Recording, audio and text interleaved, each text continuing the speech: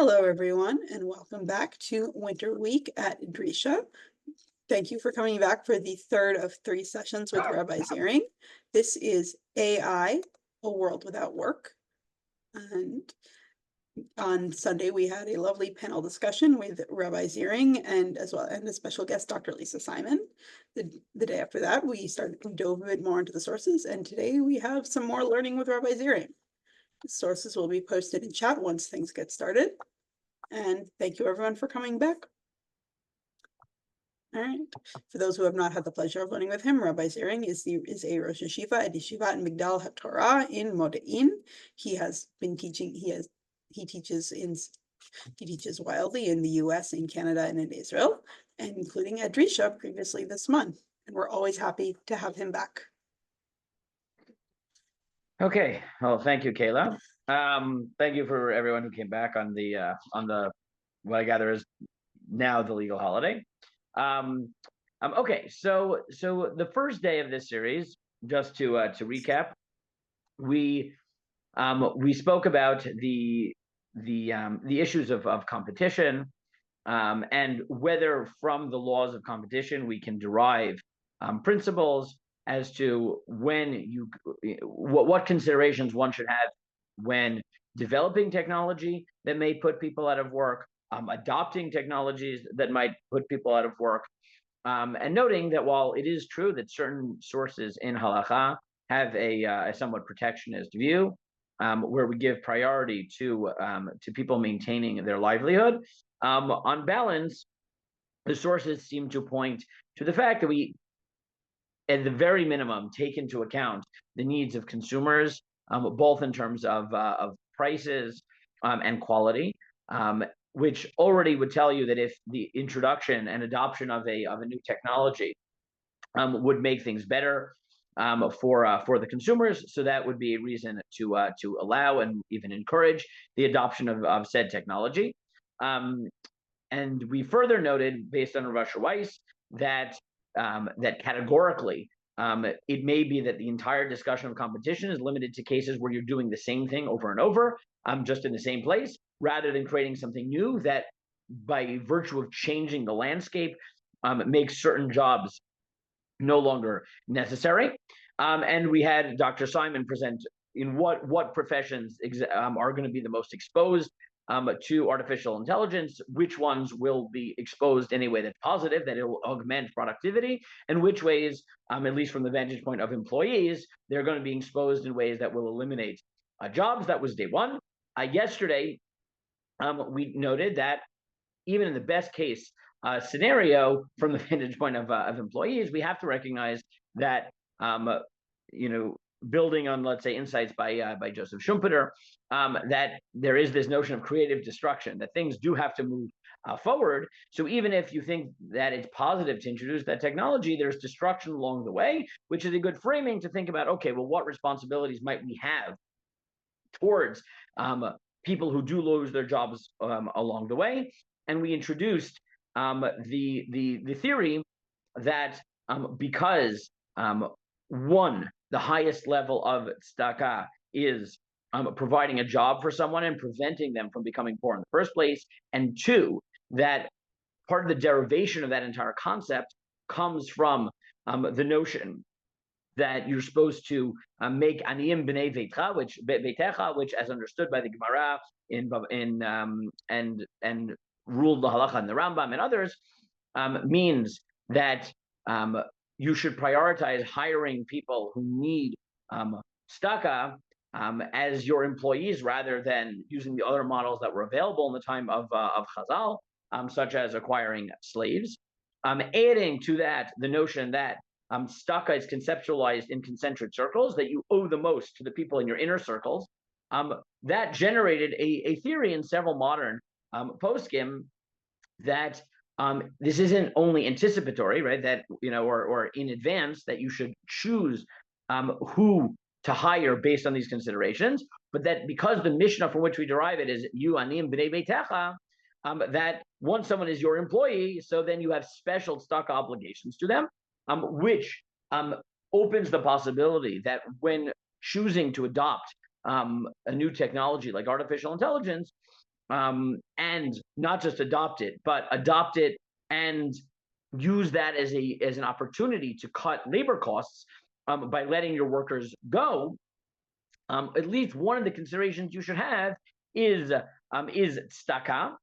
Though we noted that this gets more complicated the more you move from a single, like a private-owned company to a publicly traded company, and is further complicated when, even if you choose not to let people go, other companies may, as Dr. Simon pointed out, might simply be created that will use the technology like artificial intelligence from the get-go, and therefore won't need nearly the same number of employees, and therefore will be so much more competitive in the market that the companies that are trying to be nice maybe run out of business entirely, which obviously would lead to their employees losing jobs. So we talked about the complexity of applying this principle, and we further noted the notion based really on the Aruch HaShulchan and others that once you know that one of the highest levels of tzedakah is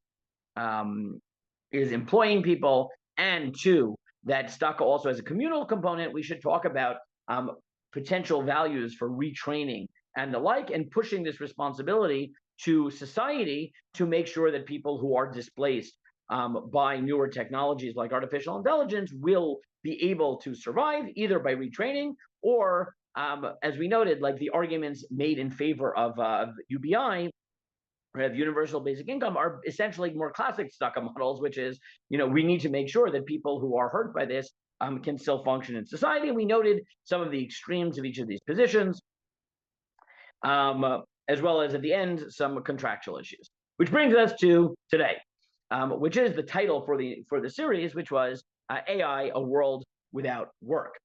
And what we're going to explore today is the following. Basically, every time a radical new technology has been introduced, there have been those people who have said that this is it. Work is over, right? We are entering a world with either minimal work or no work. Now, it has not yet happened, admittedly, but many people think that AI is finally the technology that will bring us there because of the amazing opportunities that are found with various types of AI. And again, we talked a little bit about the differences on the first day, but the ability of generative AI to create things like coding and the like mean that even certain and to analyze data means that certain professions that were not previously exposed are very much exposed. Something that we didn't that Dr. Simon didn't really get into, but is worth mentioning, that we can isolate artificial intelligence, but that's not really how it's going to be. There's much discussion of whether artificial intelligence, machine learning, coupled with robotics, will be able to replace more manual jobs.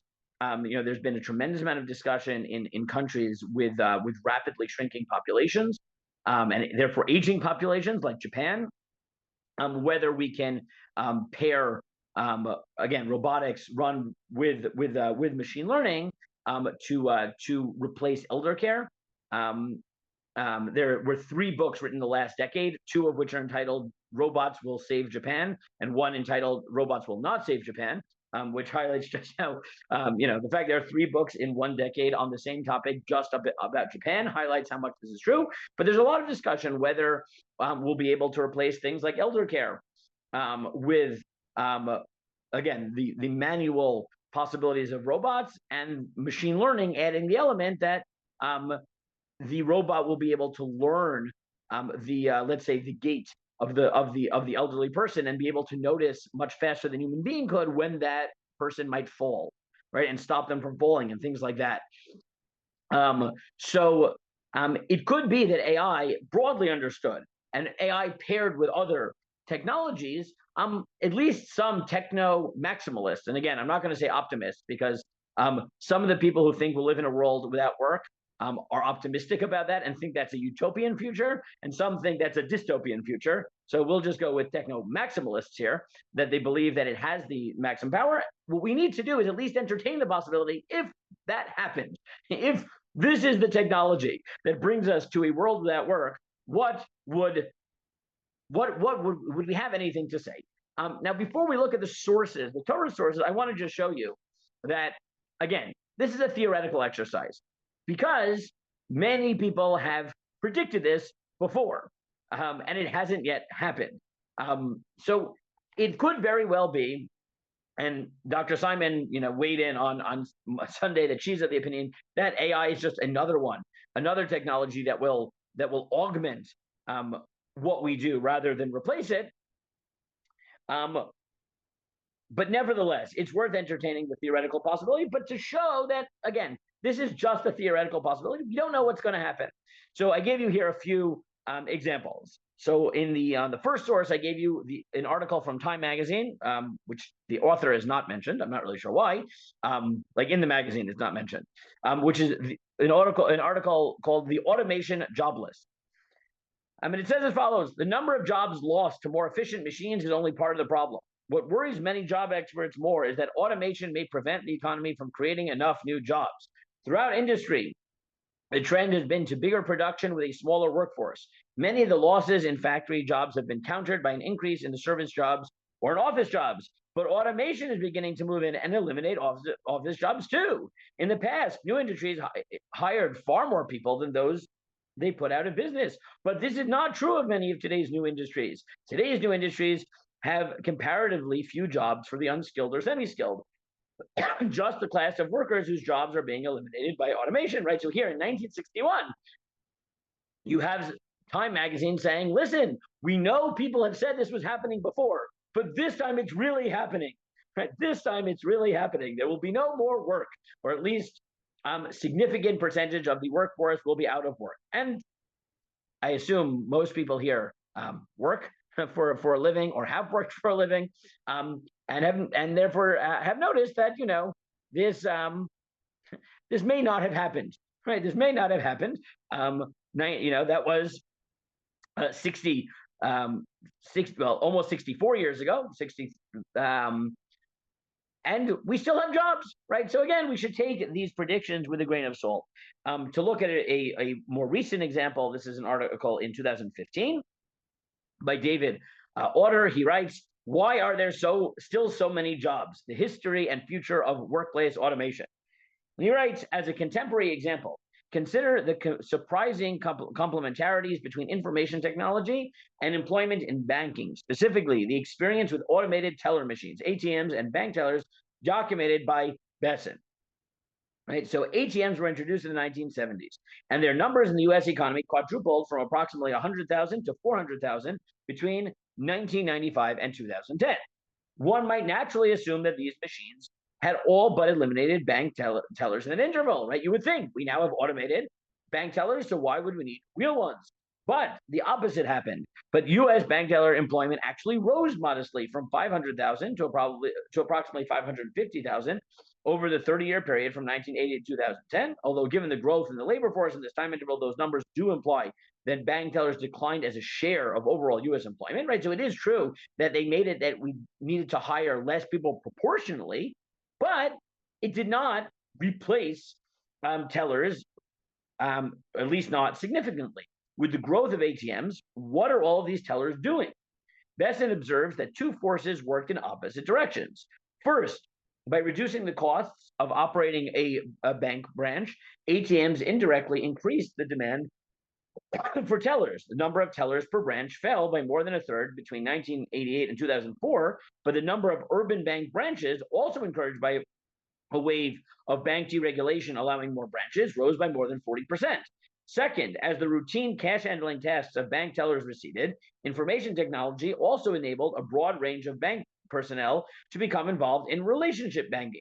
Increasingly, banks recognize the value of tellers enabled by information technology, not primarily as checkout clerks, but as salespersons, forging relationships with customers and introducing them to additional bank services like credit cards, loans, and investment products, right? And what he notes is that when they introduced ATMs, people thought this was the end of tellers, but it wasn't. On the contrary, it increased them, not proportionate to the increase in the workforce, but it did increase them.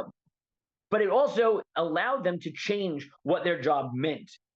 So this is not necessarily augmentation, right, in the way that people often talk about artificial intelligence, right? That it will make, right, that programmers will now be able to program more efficiently because they'll have the basic code written by artificial intelligence, and then they can work on more complicated things that require human beings. But it is an example of how technology that we thought would put people out of work just changes the type of work that they do. Another example, which I find, I don't know, I find striking just because it feels very true to my experience with five young kids in my house, which is the predictions that people had when they first introduced laundry machines, right? And people had laundry machines in their houses. Before that, people spent a very large percentage of their day doing laundry because laundry was hard. And people thought that as soon as you had washing machines in your house and dryers in your house, so people would spend a less percentage of their day doing laundry. That did not happen. Instead, as laundry became easier to do, people bought more clothes. And that led to people doing more laundry, right? Significantly more laundry than they did before. So you look, this is an article by Ruth Schwartz Cohen. For those who had not previously enjoyed the benefits of relief from wash day drudgery, the electric washer meant something quite different, but equally significant, an upgrading of household cleanliness. Men stopped wearing removable collars and cuffs, which meant that the whole of their shirts had to be washed and then ironed. Housewives began changing 2 sheets every week instead of moving the top sheet to the bottom and then only one that was fresh. Teenagers began changing their underwear every day instead of every weekend, which is probably a good thing. In the early 1960s, when synthetic no-iron fabrics were introduced, the size of the household laundry load increased again. Shirts and skirts, sheets and blouses that had once been sent to the dry cleaner or the corner laundry were now being tossed into the household wash basket. By the 1980s, the average American housewife, armed now with an automatic washing machine and an automatic dryer, was processing roughly 10 times by weight the amount of laundry that her mother had been accustomed to. Drudgery had disappeared, but the laundry hadn't. The average time spent on this chore in 1925 had been 5.8 hours per week. In 1964, it was 6.2. Right? So again, history over and over has shown that every time we introduce a technology that we think will get rid of work, it just changes what we do. And now, if you want to go back very far, so John Maynard Keynes, in a celebrated article in 1930, Economic Possibilities for Our Grandchildren, predicted already in 1930 that work would become obsolete. And he was bothered by this. He said, for many ages to come, the old Adam will be so strong in us that everybody will need to do some work if he is to be contented. We shall do more things for ourselves than is usual, the rich today, only too glad to have some small duties and tasks and routines. But beyond this, we shall endeavor to spread the bread thin on the butter to make what work there is still to be done to be as widely shared as possible. 3-hour shifts or a 15-hour work week may put off the problem for a great while. And as we are almost a century in, I assume most of us do not have 15-hour work weeks. I know I do not. For 3 hours a day is quite enough to satisfy the old Adam in most of us, right? So Keynes in 1930 said, yes, we are reaching the end. People will just need to do work symbolically because we have a natural inclination to work. But very quickly, we will be at 15 hours a week. And yes, a century in, and we are waiting for this, which just shows that, the predictions may not go in the direction people think, but that doesn't stop people from not learning from the past and saying, no, AI is really, really different. So if you look in number 5, Yuval Harari in 21 Lessons for the 21st Century, in the chapter entitled Work, When You Grow Up, You Might Not Have a Job, he says, we have no idea what the job market will look like in 2050. It is generally agreed that machine learning and robotics will change almost every line of work, from producing yogurt to teaching yoga. However, there are conflicting views about the nature of the change and its imminence. Some believe that within a mere decade or two, billions of people will become economically redundant. Others maintain that even in the long run, automation will keep generating new jobs and greater prosperity for all. So are we on the verge of a terrifying upheaval, or such forecasts yet another example of ill-founded Luddite hysteria? It's hard to say. Fears that automation will create massive unemployment go back to the 19th century, and so far they have never materialized. Since the beginning of the Industrial Revolution, for every job lost to a machine, at least one new job was created, and the average standard of living has increased dramatically. Yet there are good reasons to think that this time is different, famous last words, and that machine learning will be a real game changer. Humans have two types of abilities, physical and cognitive. In the past, machines competed with humans mainly in raw physical abilities, while humans retained an immense edge over machines in cognition.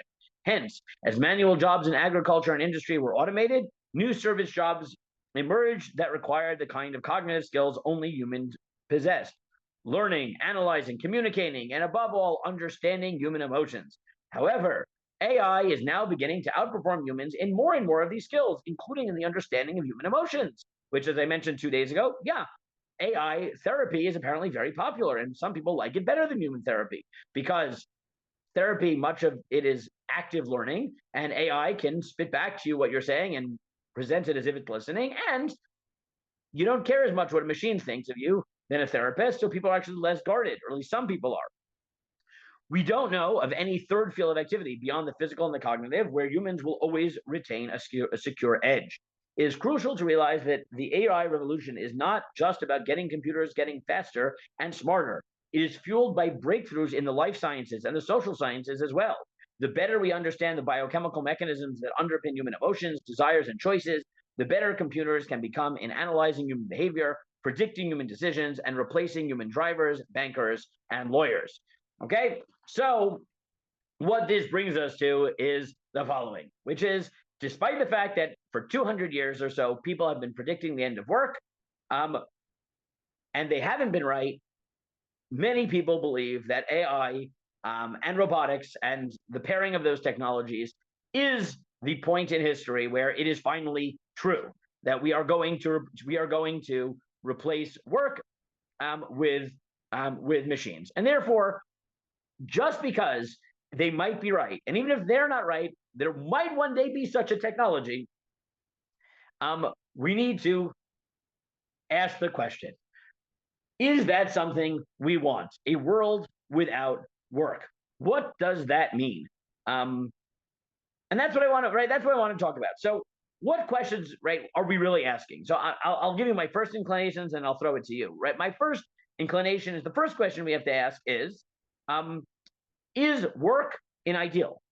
Right? Is work a ideal, meaning that you should work, or is it that it's a practical necessity, but we don't idealize it? Can we imagine it? Would an ideal world have work or not? That's question one. The second question, which is related to that, is what is work? Right? I mean, what does it mean a world without work? What exactly do we mean by work? Right? Those are sort of the first questions that jump to mind. But what do you think? Right? What do you think? Let's play out this thought experiment. If in fact it is true that AI will make it that we begin to enter the world without work, is that a good thing? Right? What do you think?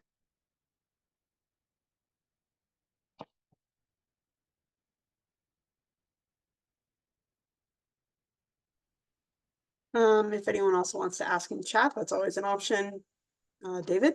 I see Mordecai is raising his hand. My father used to have a saying, he borrowed from the Germans, Arbeit macht das Leben süß. Work makes life sweet. And sometimes I use it for myself too, because sometimes when I'm completely out of work, I finish whatever I'm doing, I'm waiting for something else, and maybe sometimes I get a little bit depressed or a little sad. And for me, if I get work, I'm happy. Oh, you're good. So David notes that psychologically speaking, and this is what Keynes noted, right? Human beings seem to have a desire to work. Work gives a certain sweetness, as David put it, meaning, structure to people's lives. And if that's the case, then maybe there's a fundamental good to work, right? Now, obviously, the question we'll have to ask is it work per se, right? Like we have to talk, is it work? Is it employed work, right? Would the same thing be accomplished by a hobby that you did with rigor, right? It's an interesting question, right? It's clear that we need to be doing something, but what that thing is it work? I mean, maybe. I think a lot of people have that intuition, and I definitely agree with David. Like I find a lot of meaning in my work. But there is definitely an intuition that maybe no, work is like something that is a fundamental good for human beings. Okay, Morty, what do you think?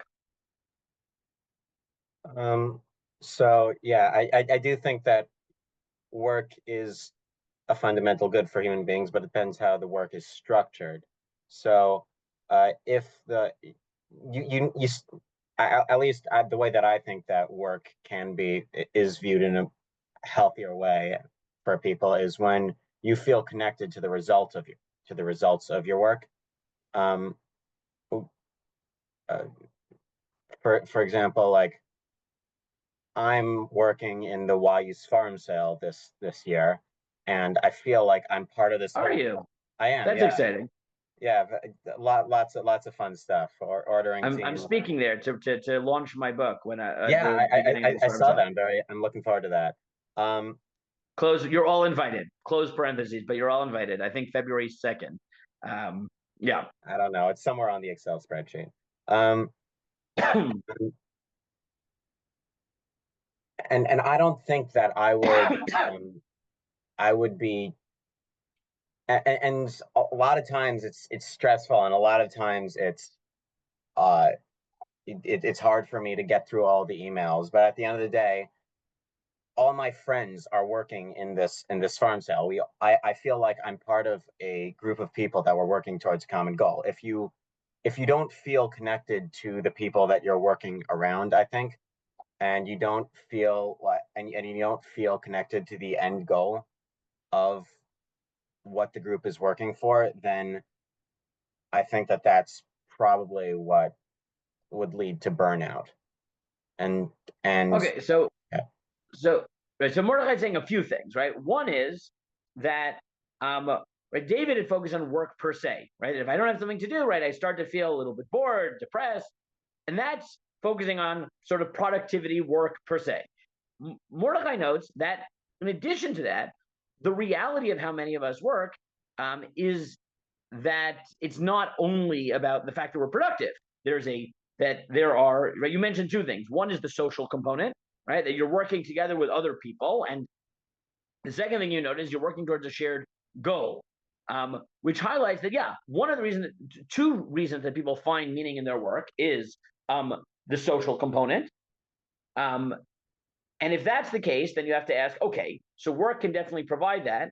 And maybe we would never want to replace the social component, but we would have to then ask, could something besides for employment provide the same social sort of network? Part one. And the second thing you said is that it's not just that you're working with other people, that you're working with people towards a common goal, right? Is that part of what makes work meaningful is that we feel like we're doing something important. Now, that's admittedly not always true for people. And some people have jobs they find intrinsically meaningful. Some people have jobs that they don't find intrinsically meaningful, but they find it meaningful that they have a job to support their family.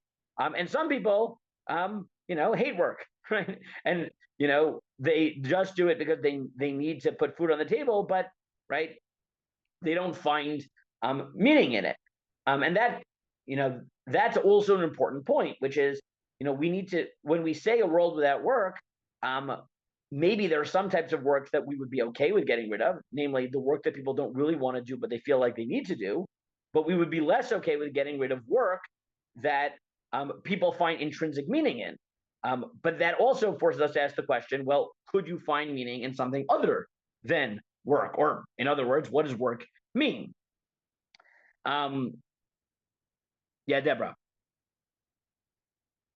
So we've already very dramatically increased the amount of people's lives that's spent in full-time education, right? From a little more than 100 years ago, there not being an expectation that everyone went to high school, until now, people are getting into their 30s before they have a job, right? And so I think maybe we can use that. this thing that we've already done to cut back on the number of grown-ups who are working.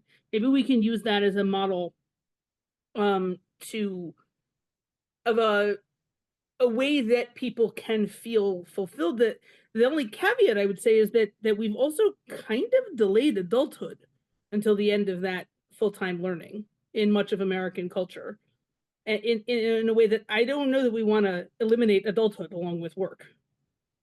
Okay, good. So you said two things are very interesting. One is that despite the fact that we haven't gotten rid of work, that's only half the story. In a certain sense, we actually do have too many people for the jobs that are around. So we've artificially delayed, the entry into the workforce. Where, as I mentioned, I think it was yesterday that, in the time of the Gemara, the average age that people went to work was 6.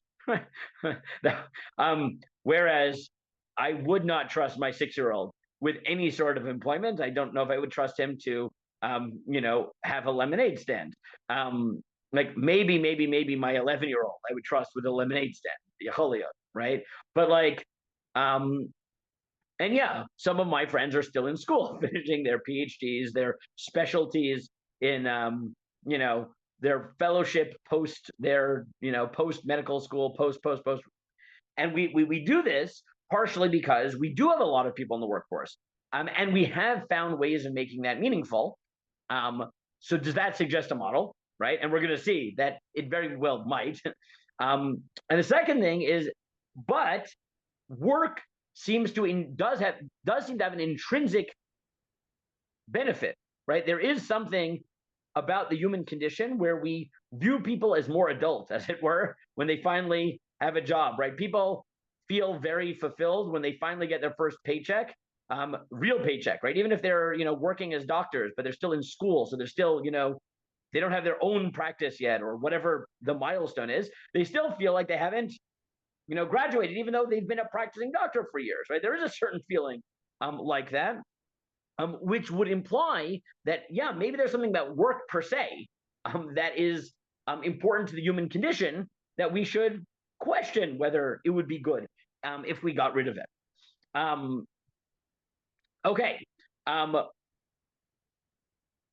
Anyone else want to weigh in before we start to look at some sources that I think are grappling with these issues? Kayla, yeah. Something that I was thinking that came to mind during looking at the sources is this actually a comic, which for the purpose of the recording, I will call Nourishkeit jobs, and talking kind of about work when it's talking more about China. So where labor is cheaper where the cost of labor is cheaper. So sometimes, people end up doing things where it's like, why this should be automated, or, we put in like an automated self-checkout, but people don't want to do it. So now we went back to bringing in a clerk to, select things. And I'm thinking about kind of the in-between of where's I going with this? Like work because, you need a paycheck because it's expected of you. Maybe it's in a communal setting or in a helping setting, but it's not like a full-time gig, or it feels like, what is this Nourishkeit that I'm doing? Right. Okay. And right. Also thinking about, honestly, I was thinking about Betty Friedan a bit during some of these, where it's like being taken out of the labor force. In Betty Friedan's case, it was the post-World War II women's kind of shoving out, and how that affects how people value work or don't value certain types of work, like caregiving. Right. Okay, good. So there's a few things you said, right? One is that, right, there are certain jobs that we seem to only, value, like we only value them because like they exist, but like we all sort of understand that they don't need to, which forces us to ask, right, are there different types of jobs out there? That's definitely true. The second thing you said is, well, maybe there are a lot of things we do that we don't call work, but are properly understood as having the same benefits as work. Mm-hmm. And maybe part of the answer to this question is to realize that, right? So if it turned out that we didn't need that much work, in the world, but somehow we also figured out how everyone would be supported without work, and then everyone spent time raising their own children, you know, and we started to value that intrinsically. You know, would that be a bad thing, or would it be good? Look, now fathers and mothers can both stay at home and, you know, help and raise their kids without having to worry about, you know, having a job. You know, could we solve some of the problems by shifting and saying, yes, this is something intrinsically valuable? Right? Because yes, we're definitely not at that point. And yes, your example post, you know, when women were shifted out of the workforce is a good example. You know, pointing to like some of the countries in some of like the Nordic countries that have insanely long both maternal and paternal leaves. Like they have like it's like 450 days or something like that. And yet people don't take it. Right. What they found is that people don't take all of it. They at some point they're just like, no, I'm done. Like I can't do this anymore. That like, right, you see that like people are hardwired, at least right now, and you have to figure out whether that's intrinsic or just societally constructed, to, you know, to not view that as something that is, you know, I don't know, something as fulfilling or something they want to do full time. But maybe, right, a shift in mentality would change that, and people would, you know, take advantage of that on, you know, on steroids. You know, you can be on you can be on, you know, parental leave forever, you know, or something like that. Okay, so what I want to do is start to look at some sources, which at first glance, right, I think start to speak to it, but let's see exactly what they say. So let's start at number 6. The Gemara in Brachot tells as follows: Tan Rabbanan, it has a dispute about whether the ideal should be learning Torah or balancing learning Torah and a job, right? This is a relatively well-known Gemara. Tan Rabbanan v'asafta digancha, and you shall gather in your grain. Mal Talmud lomar, what is that teaching us? You should gather your grain. Lefi shenemar, well, the Torah also says lo yamush sefer haTorah mipicha, that the Torah shouldn't leave your mouth. Yachol dvarim kiktavan. You might have thought that meant literally, meaning you have to spend all day learning, and so that it never leaves your mouth. Talmud lomar v'asafta diganecha, but it says that you have to gather your grain, so you can't. This was before the invention of, you know, well, whatever, you know, recording devices that we could carry around and phones, where now this is not really true. Like you could, you know, gather your grain and be listening to shiurim all day and all night. You know, you would not run out of it. I mean, even after you ran out of the, I don't know, the entire Drisha audio library, which I'm not sure how many shiurim on that. But still, I find it difficult every time, you know, I open up YU Torah and it says 370,000 shiurim and counting. I'm like, okay, I could work constantly and listen to everything on, you know, triple speed for the rest of my life, and I still would never get through all of them. So now maybe, you know, you could be harvesting and learning Torah, but that was not always the possibility. So the Gemara says, Hanheg minhag derech eretz, divrei Rabbi Shmuel. Rabbi Shmuel says what that means is you should learn and you should work, you should balance it. Rabbi Shimon ben Yochai Omer, Efshar Adam choresh b'shat charisha v'zoreah b'shat zriah. He said, really? If you're going to plow when you should plow and plant when you should plant, v'kotzer b'shat ksira, and harvest when you harvest, v'dash b'shat disha, and thresh when you thresh, v'zorah b'shat haruach, and winnow when it's windy, Torah matehelev. What will happen to the Torah? Ella bizman sheYisrael otzin ritzono shel makom, when the Jews follow the Torah, melachtan naset ayidei achirim. Other people, their work will be done by others. Shenemar v'amdu zarim v'ra'ut zochem v'gomer uvizman she'ein Yisrael otzin ritzono shel makom, melachtan naset ayidei atzman. But when you don't deserve it, then you have to work. Shne'emar v'asafta diganecha, you'll have to gather your grain. V'lo'od, and not only that, other people, you'll have to do other people's work. Shne'emar v'avata doivecha, and you'll serve your enemies. So before we get to the last line of the Gemara, right? What do we have? Let's start with Rosh Shimon bar Yochai. Rosh Shimon bar Yochai, does he think that work is an ideal?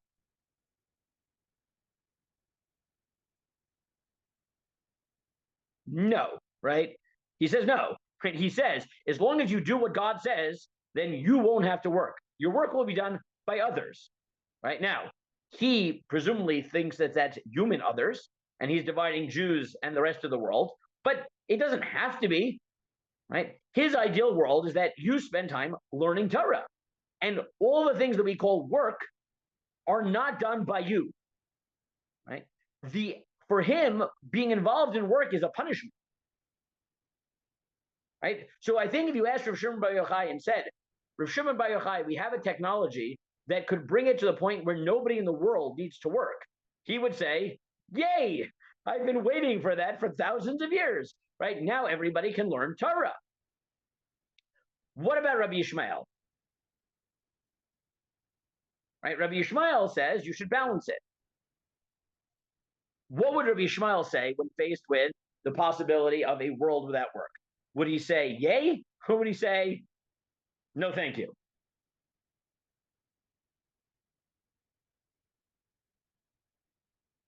So it's not clear, right? It's not clear because on the one hand, it could be, it depends what you read as Hanag ben minag derech eretz, right? Do what's normal, right? Is he saying, be practical? But in theory, I agree with Rav Shimon Bar Yochai. Or is he saying derech eretz more normatively? Like, follow the proper way of the world, which is to diversify what you do, and balance is a good thing, right? You should be learning Torah, but also doing other things, right? It's not 100% clear, but if you look at the last line, you might get a clue where Amar Abaye harbe asu Rabbi Yishmael v'alta biyadan. Many people did what Rabbi Yishmael said, and it worked. Rabbi Shimon ben Yochai below alta biyadan, like Rabbi Shimon ben Yochai, and it didn't work. Right now, what does that imply? Right, at least to me, it implies that it's more pragmatic, meaning the critique that the Gemara has of Rabbi Shimon ben Yochai is that it's not practical, and its endorsement of Rabbi Yishmael is that this model works. But if you could create a world in which it would work for everyone to be Rabbi Shimon bar Yochai, right? You know, I don't know if I've mentioned in this series, but you know, sometimes to just sort of imagine what these things will look like, I get into a mode and I read a bit of sci-fi, because sci-fi is often where these ethical questions are imagined. Now, in Isaac Asimov's Robot series, several parts of the book really do imagine this, right? And on not on Aurora, the other one, Solaris, whatever it is, right? They imagine a world in which the ratio of human beings to robots is, right, 1 to 10,000, right? And human beings don't really work, right? But they also don't see each other, right? They don't interact. But he imagines, like, you know, yes, the naked sun. Thank you. Thank you, Nathan. Yes. So it doesn't sound like Rishmael would per se be against that. He just thinks it's impractical. Now, interestingly, Asimov doesn't think that's true, right? The book is quite dystopian. So I read this source, I would say on balance, it leads me to believe that, you know, work is needed practically, but if we could create a situation everyone could just, you know, learn Torah and not work, maybe that would be okay. Maybe an even clearer source is number 7, because 7 imagines a ideal utopian messianic period. And what is the image that Chazal have in their mind of this idyllic period? So Gemara in Shabbat tells us, Amar Reish Lakish, Kol hazahir b'tzitzit, anyone who's careful with tzitzit, zoche u'mishamshin lo shnei alafim u'shmona meot avadim. They will have 2,800 servants working for them. Shnamar kol mar Hashem tzvakot b'yamim ha'im asher chaziku 10 anashim mikol leshonot hagoyim v'chziku k'nag ish Yehudi lemor nelcha nimachem, and the number is 10 people from each of the 70 nations times 4 is 2,800. Okay, that's how it gets it. Now, leave the precise image to the side of 2,800 servants. But it's quite clear that the Gemara is imagining that the idyllic future for those who deserve it is that they don't need to work, right? That others will do their work.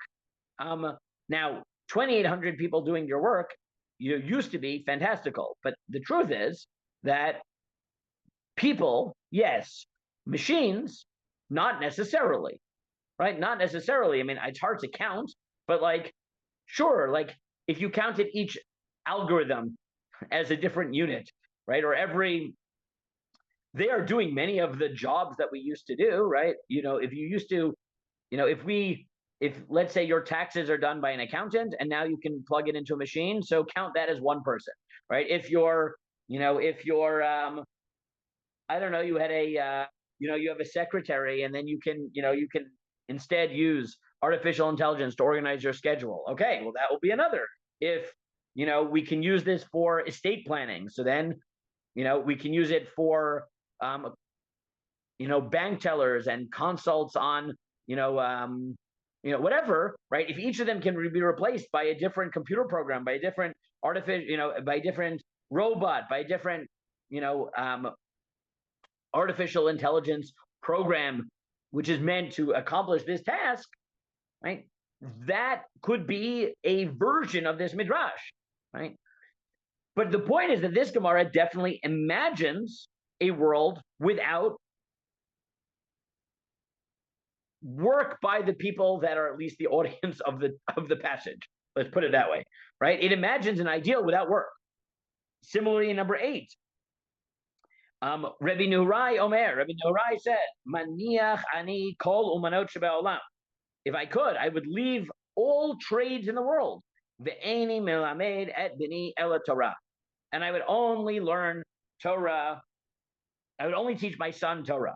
Sha'adam ochel mischara ba'olam hazeh, va'keren kayemet olam haba. Because you consume the reward in this world, and then but the main part of the reward waits for you for the next world.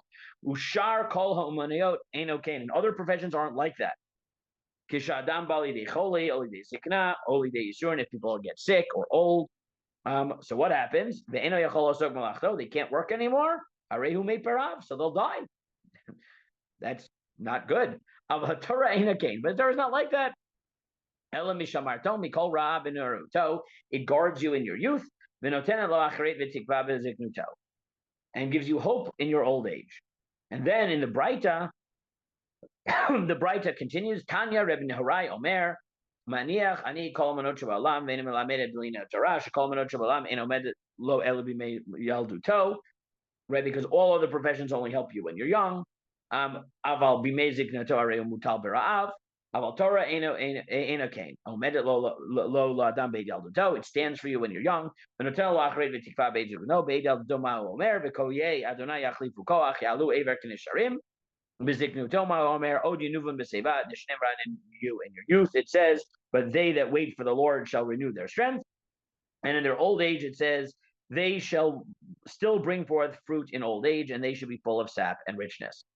Again, this passage very strongly says that, work is at best, a practical necessity.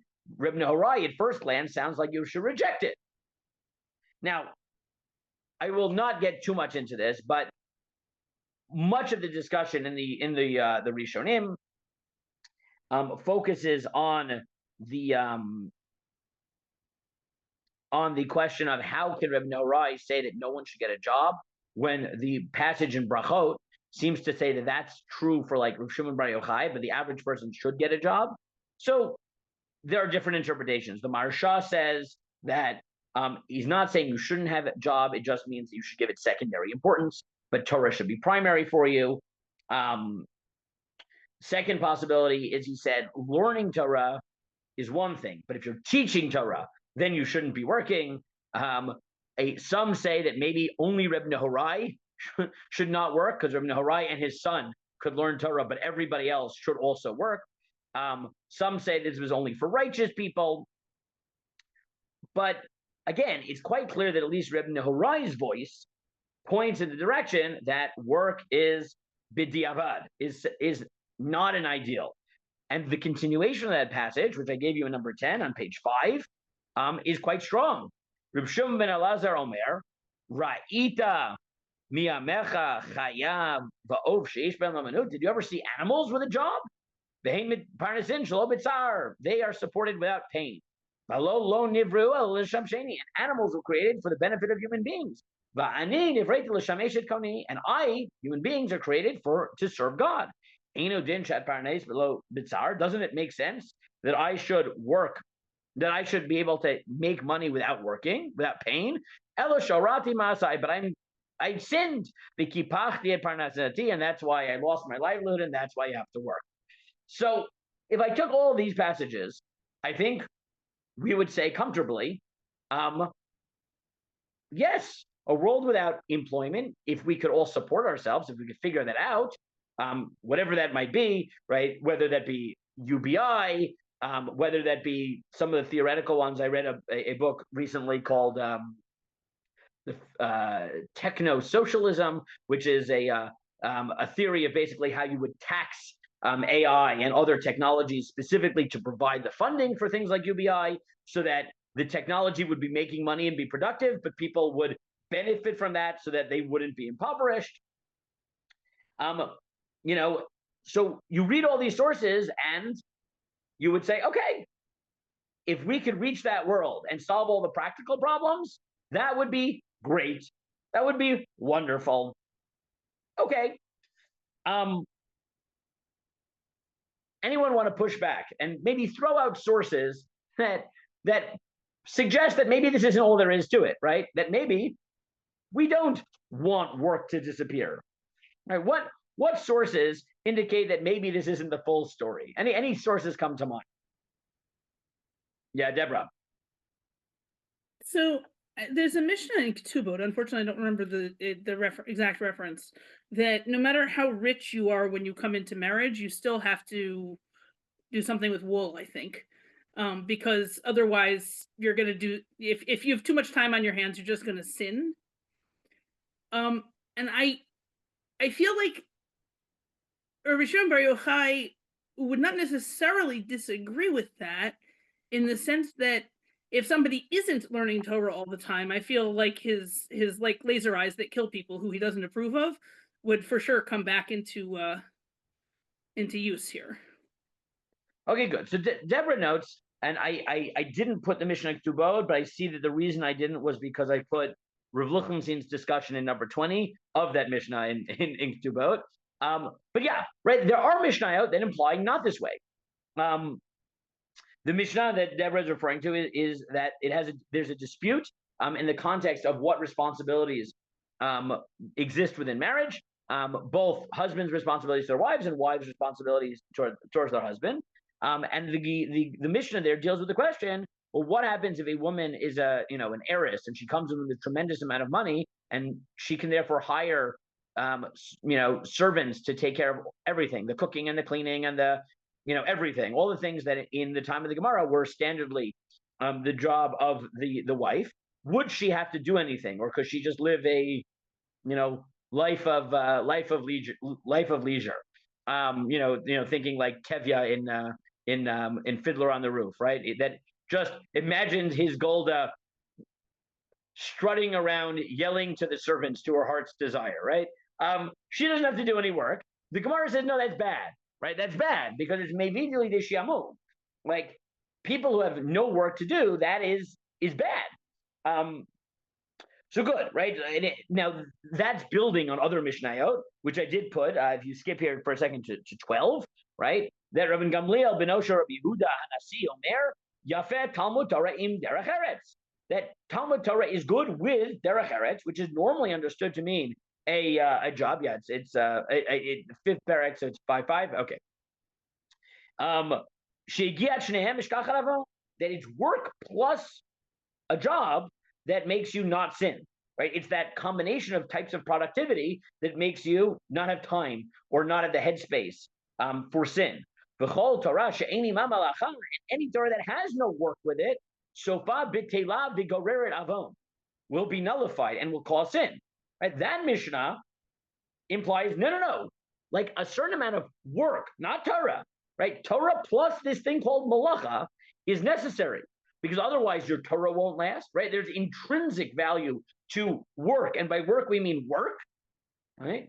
And without it, the Torah won't survive, your Torah won't survive, and you'll end up being sinful. And in source 13, from the first parak of Avot, Shemaya says more. Shemaya Omer, Ehav et hamelacha, love work. Usnad Rabbanut, don't hate power or positions of power. Don't become too close to authorities. But he says, love work, right?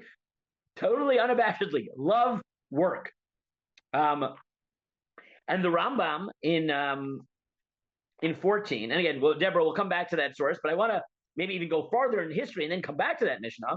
The Rambam, building on this idea that you should have a job, highlights that, yeah, you should have a job, and ideally, for the Rambam, it shouldn't be Torah, right? Now, this obviously led to a very complicated history with this Rambam, right? The Rambam commenting, I didn't give you the longer piece in the Perush Mishnah, but on the fourth parak in Pirkei Avot, that the Torah should not be a kardom lachbor ba, that it shouldn't be your spade to dig with.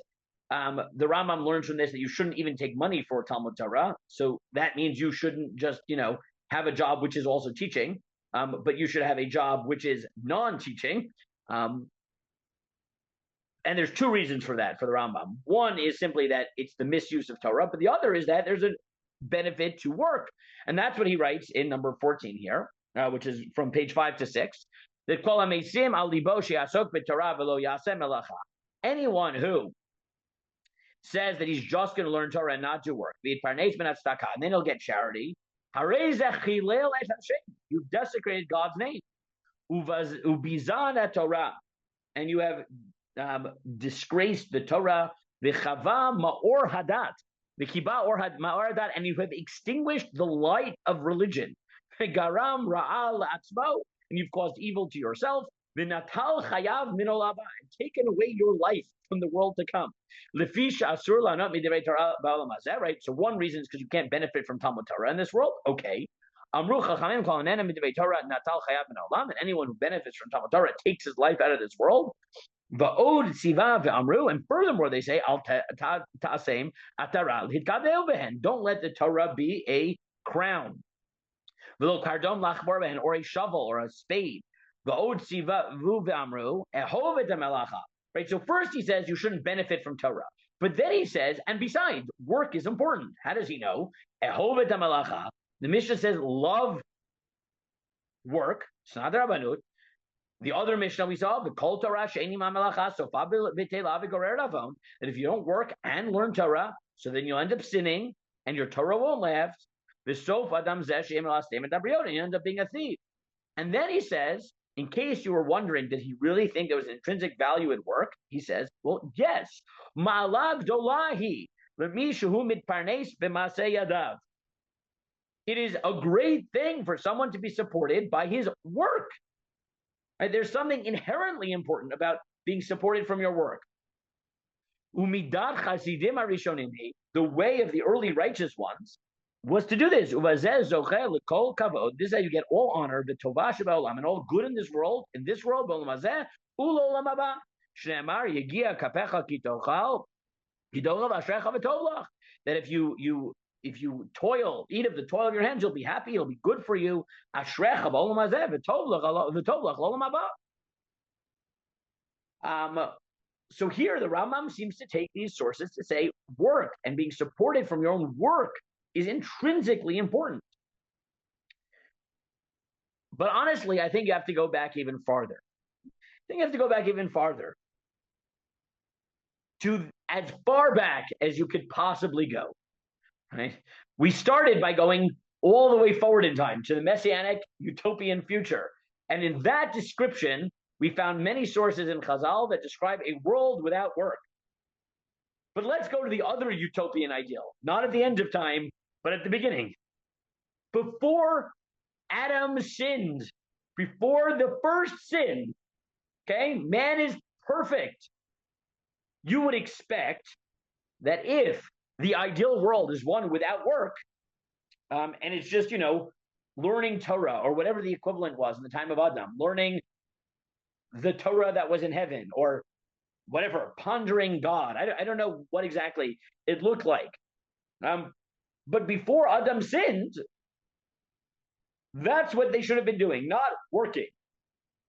And yet, if you open Breshit, Perek Bet, you shockingly discover Vayikach Adonai Elohim et ha'adam vayanichehu began Eden le'ovda u'leshomra.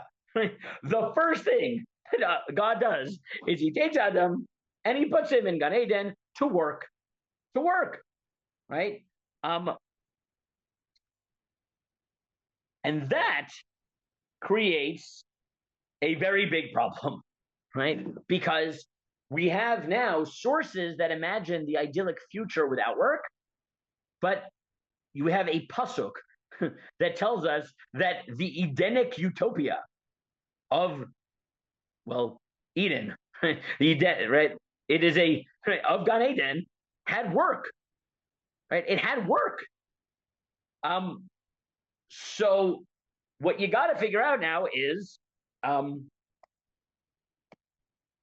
what do we do, right? How do we start squaring this, where we have utopian visions within Torah that include work definitionally and utopian visions that don't? So what does that tell us about the Torah's conception of work? Now, I gave you here for simplicity in number 16, several interpretations of the Mishnah and Avot, right? Why is it that you need to have Torah and work? Okay. Some of them you see are offered by people who believe that the ideal world doesn't need work. Some don't, right? So I gave you here 6 possibilities.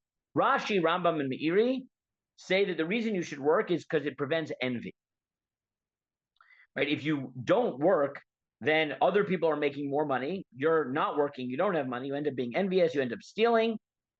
If you have that interpretation, then you might say, look, work is not an ideal. It's an ideal in the world we live in, but not a theoretical ideal. The Lechem Shamayim distinguishes between leaders and non-leaders. We'll leave that. Rabbi Yonah says, no, work intrinsically prevents sin. Right? Now that's already pointing to a fundamental positive. Meiri and the Barbanel say maybe malacha doesn't, derech eretz doesn't mean work. It means ethics. And if that's the case, then the ideal world is Torah and ethics. That says nothing about a world of work. The Midrash Shmuel says that by work and derech eretz that we don't mean work. We mean that you need theoretical Torah and the commitment to perform mitzvot. Of course, if you think that the work we're talking about is mitzvot, okay, well then work as we know it is not an ideal. The modern Perush of Mishnat Eretz Yisrael, which honestly, every time I read the Mishnat Eretz Yisrael, it's like, I don't know, it's my dream come true, right? If you've never used Mishnat Eretz Yisrael, it's a modern academic Perush on Mishnah, but it was written mostly under the auspices of a father, a son, and daughter working together, right? Three right, all Talmud scholars of or whatever, of Torah scholars of various types, and it's Zev, Shmuel, and Chana Safrai, all were involved in this parish. The idea of writing a parish on Shas with me, my sons, and my daughters seems. Anyways, that's just me. But they offer a very interesting one, which is no. It's important to learn Torah and work because then your Torah is grounded, right? People who live in the ivory tower, their Torah is lacking. And therefore, being engaged in the world is intrinsically important. Now, obviously, a parish like that says, yeah, work is part of what grounds you in this world. Now, I found this striking phrase, a quote in Richard B. Friedman, an economist, right? Why do we work more than Keynes expected? And he writes as follows: evolution presumably imbued us with a work ethic for our survival and not for a Garden of Eden existence, right? He says that the reason that, at the beginning, David and Mordechai both said, oh yeah, work is, intrinsically important. He's like, that's a byproduct of evolution. Because for most of history, people needed to work in order to survive. And therefore, our brains wired us to want to work. But in the Garden of Eden, obviously you wouldn't have to work because work isn't important. It's like a leftover thing from evolution. But the obvious problem is, as I mentioned, God apparently didn't agree. God didn't agree with Richard Freeman, and he said, no, in Gan Eden, you should work. You should work. Why, right? What work was it? So interestingly, if you look at the rest of the Sajagon, you look at the Bechor Shor, you look at the Chizkuni, they all say, yeah, from day one, people were there to collect fruit, to do other work. It wasn't overwhelming labor, right? That came later. That was the curse of Adam, was b'zeir apecha tochal lechem, right? So hard work maybe isn't an ideal, but work, something, easy work, was part of Gan Eden. And then Siv says it was tending to fruit, right? That apparently, having a little vegetable garden in your in your backyard, or as I have in mine, of fruit trees. I the climate here is a little bit different. I know that I see that most of the people here in New York, Boston area. I'm not sure how well orange trees would grow in your backyard. No, they would not. But in my backyard, they grow very well. But Siv said that is Gan Eden, that we should tend to our fruit. So,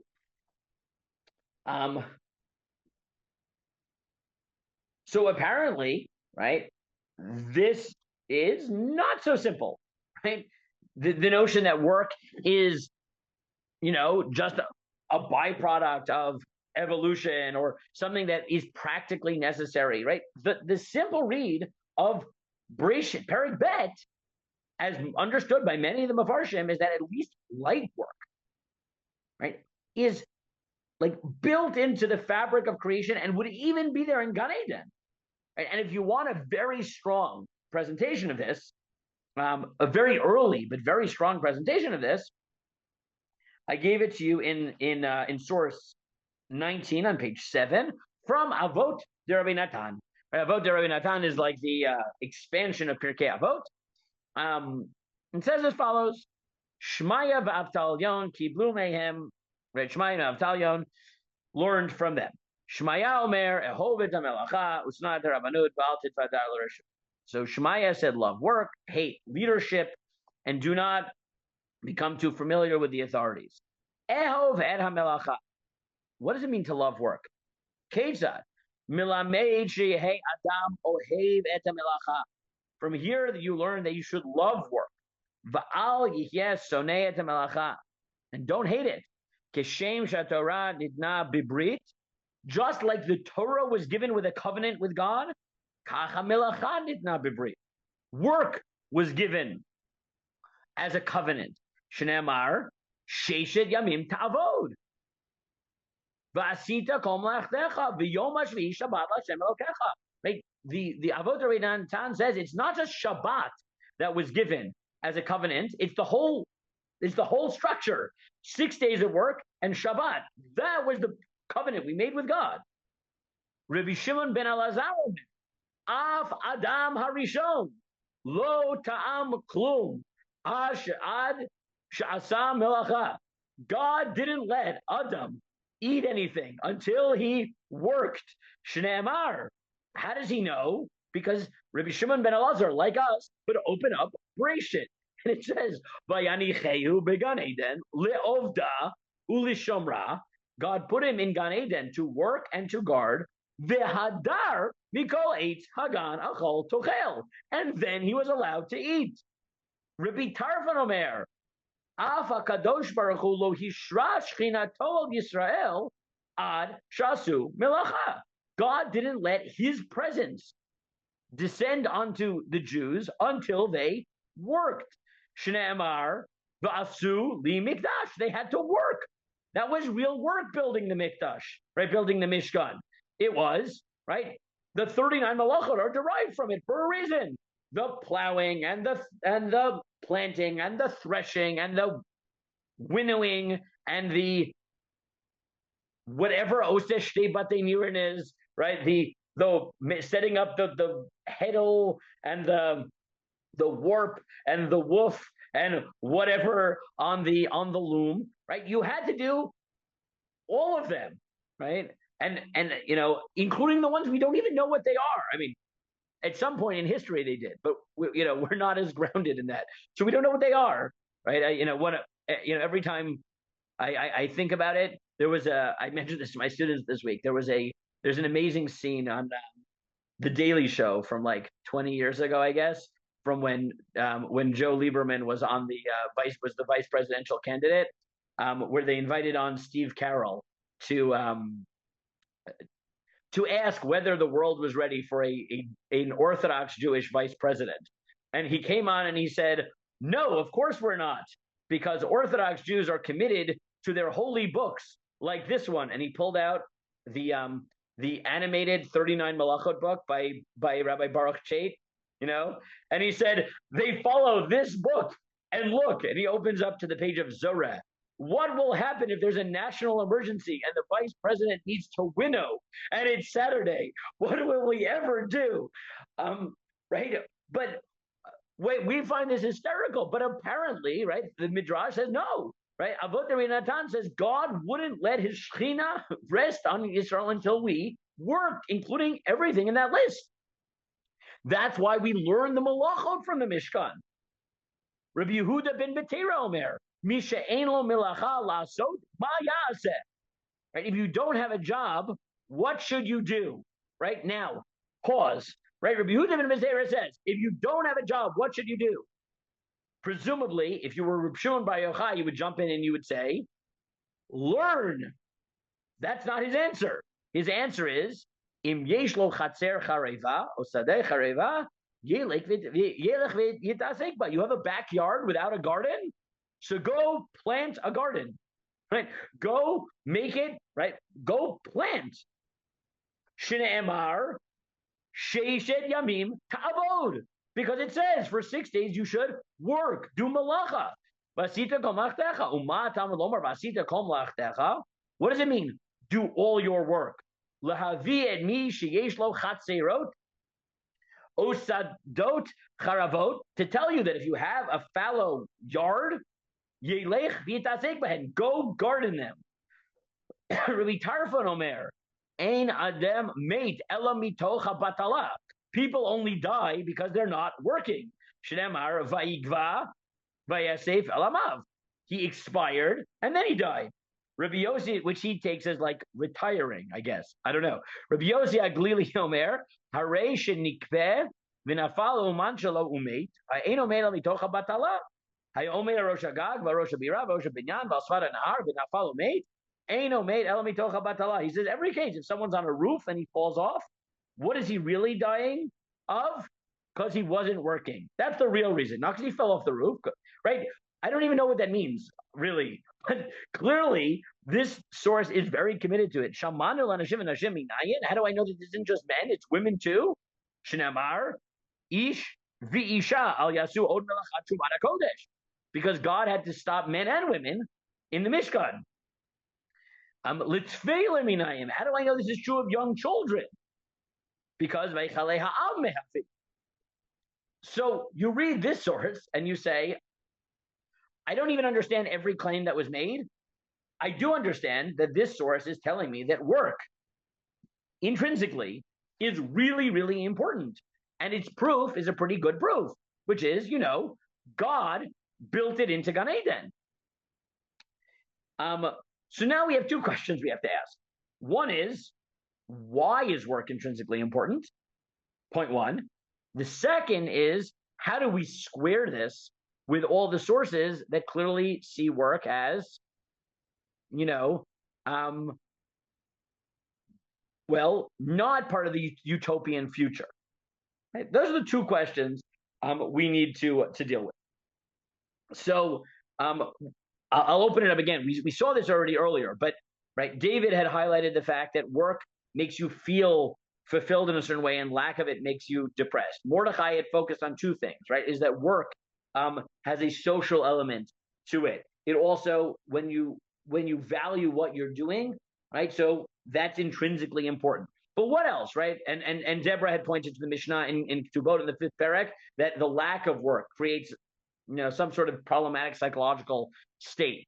But what else, right? Anything else that you would throw out there, right? What is it about work that, once you realize that God put it in Gan Eden, makes it that it belongs in Gan Eden, right? What is it about work that's so important? Anything else you want to add, right? After that very striking about the Rabbi Natan that is like a song, a paean to work.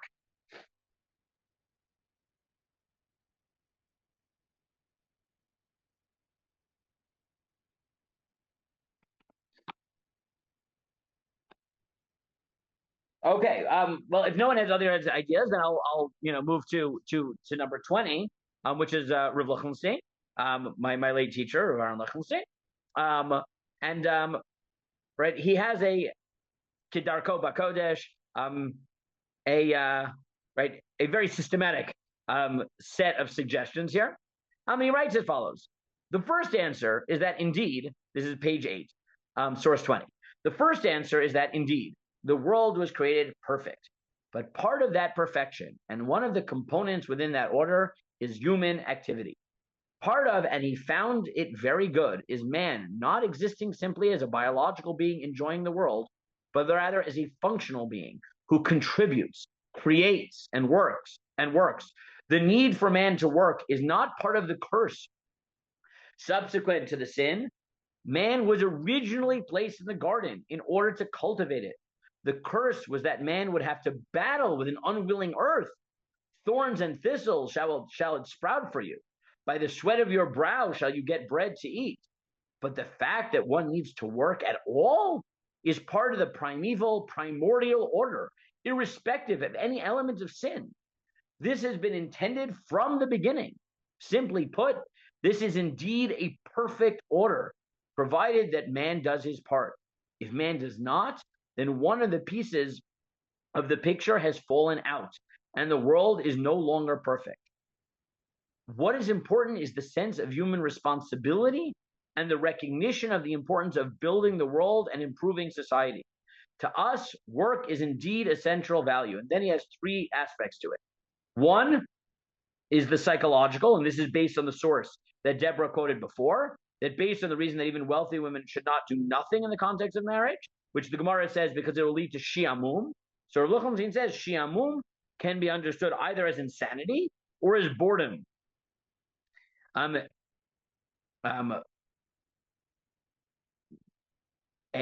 do we pronounce the next word? Ennui? Is that right? That's not right. I don't know. Ennui. Ennui. Okay. This was a perpetual problem. I remember once some people thinking that it would be easier to hear Lichtenstein in English, and then they discovered that his English was harder than his Hebrew, even if you were an English speaker sometimes. But maybe I should have known that word. A sense of spiritual degradation. Even if she's as wealthy as Midas, she has to do some kind of work, lest idleness leads to psychological and spiritual problems. Right? So the first he says is that work provides a certain feeling and reality of productivity, and that is important to the human psyche. Point 1. Point 2 is the social aspect that Mordechai focused on before. There is also, of course, a social basis to our emphasis on work. The fact is that work needs to be done. A society in which people work is, in terms of its basic structure and values, very different from one in which they do not. The Midrash, the beginning of Lech Lecha asks, when God told Avram, go forth from your native land to the land which I will show you, how did Avram know that he had arrived at the right place? From a mystical point of view, one might assume that he was attracted by the Kedusha, the sanctity, inherent within the land. But the Midrash, this is a Midrash Rabbah, gives a very non-mystical explanation, right? Why did Avram love Eretz Yisrael? Rabbi Levi said, when Avram walked through Aram Naharaim and Aram Nahor, he saw the people there eating, drinking, and acting loosely. Avram said to himself, I hope that I do not have a portion in this land. When he arrived at the cliffs of Tyre, what is now called Rosh HaNikra, at the northern border of Israel, he saw people busying themselves with weeding during the season of weeding, hoeing during this time of hoeing, etc. He said to himself, I hope that I will have a portion in this land. Right? And Ruchonzi notes that the Midrash is telling you that the reason Avram knew that Eretz Yisrael was the place he wanted to be was because it was a society that required work. And therefore you became part of a society of workers, right? Ben Gurion would be very proud of this Midrash, right? I'm slowly making my way through a very long biography of Ben Gurion. And much of the early years, they only, because immigration was limited, they only wanted to bring workers who would be willing to do manual labor. He thought that was important to the type of person that should be in Israel. Right? He didn't want people who only wanted desk jobs. He didn't want to encourage their immigration. He wanted primarily to invite people who would do manual labor, because he thought that society, that people who really work hard, creates a certain type of social reality that was fundamentally positive. And Rav Lichtenstein continues, when Avram saw people lounging around, eating and drinking and having a good time, he knew that he had not yet arrived. But when he saw people performing agricultural tasks that needed to be done, he sensed that he had come to the promised land. This is what attracted him. This was not a land whose people were devoted to the quest for pleasure, but rather to commitment, work, and responsibility. These are the things that define a culture. And the third, Rav Lichtenstein says, is imitatio Dei, right? Imitating God. He said there's a third basis. This is the top of page 9. There's a third basis as well to the emphasis on work. And this is more specifically religious in nature. A person who works is a partner to God in Maseh Breshit. In this respect, he is imitating God.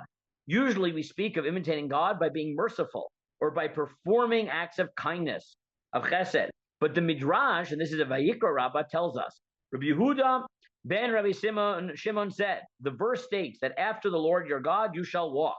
What does this mandate of an imitatio Dei entail? At the beginning of the world creation, the Holy One occupied himself first with planting. As it said, the Lord God planted a garden in Eden, right? So the Vayikra Rabbah goes farther. It's not just that Gan Eden included work, it's that God worked, right? God worked. The world was created by work. So too, when you enter the land of Israel, occupy yourself first with planting. Thus it says, when you enter the land and plant all fruit-bearing trees, right? So the Midrash says, no, it's not just, we didn't go back far enough. We went to man in Gan Eden. The Midrash says, no, you got to go back to God in Gan Eden. God works. And God doesn't need to work, but God works. Ki'ilu. And working is godly. Now he says, of course, the trees are symbolic of man's contribution to this world, to nature, something which is planted by human agency rather than something which appears spontaneously. There are numerous other midrashim in this general vein. The thrust of all of this is that there is significance to work, quite apart from the need to pay your bills. There is, if you will, a certain redemptive quality to work in psychological, social, and religious terms. So what we now have is two very far apart, right, sort of poles. We have one which says the ideal world is just Talmud Torah and not work. The other which says work is fundamental, religiously, socially, psychologically, to the, forget human condition, to the condition of earth. It's not even just humans, right? God himself, as it were, worked, created this world by work. From that vantage point, then a world without work would be, well, bad. Shall we say it? Would be bad. Now, there is an interesting, though, third move in certain midrashic sources that I think complicates this even more, right? Because we have two poles. We have sources that point against work being part of the utopian world, and sources that like really double down on saying, no, work is like intrinsically good, godly, psychologically healthy, religiously healthy, everything good, right? Work, again, not necessarily hard work, right? Not necessarily backbreaking labor, not work all day, but some work, having a vegetable garden along with a yeshiva to go to, right? some work is intrinsically valuable. There's a third voice in the Midrashim that suggests another path forward, which is to reject the dichotomy that we have had so far, right? To reject the binary of Rav Shimon Bar Yochai. Rav Shimon Bar Yochai says there is work and there's Torah. Certain Midrashim say maybe what you need to do is reconceptualize what work means, right? And just to give you a few examples of that, if you look at 21, the Sifrei in Dvarim says as follows: Le'ovdo. And what does it mean in that same pasuk in Breshit that you should serve God? Sorry, you should serve God. That you should work. Zu Talmud. That's Torah. Ata Omer Zu Torah Talmud. How do you know it's Torah? Oh, Eino Ela Avoda Mamash. Maybe, and this is crazy, it means work. Maybe the word work means work. Kishu Omer Vayikach Hashem Elokim et Adam Eino Began Eden Lo Avdal L'Shomra. Well, it says, and he placed him in Gan Eden to work and to guard it. B'chima avoda l'she'avar, u'mashmira l'she'avar, halamata le'avda zu Talmud. Right? This source says, well, what work was there in Gan Eden? Must be, it means something else. Torah, u'l'shomra, elu mitzvot, u'kishem she'avodat mizbeach kruya avoda, and just like service in the temple is called avoda, work, kach Talmud, kruya avoda. Or similarly in 22, in Pirkei de Rabbi Eliezer, the Midrash says, Chiba yitera chibev hakadosh baruch hu l'adam harishon. God expressed his excessive love for Adam. Shebaro b'makom tahor. He created him in a pure place, b'makom bein hamikdash, in the place of the temple. V'chniso lavando shene emar, and he brought him into his palace. Shene emar vayikach Hashem Elokim et ha'adam vayechenu b'gan eden. Me'ezim makom lakho. Where did he take him from? In bein hamikdash. V'chniso lepaltin shelo. Ze gan eden. He took him out of the bein hamikdash and put him in his palace, God's palace, meaning Gan Eden. Shene emar vayechenu b'gan eden lo avda l'shomra. V'shema tomar chi yesh melacha b'gan eden. And maybe you'll tell me there was work, but there's no work. The trees grew by themselves. Maybe they at least had to water.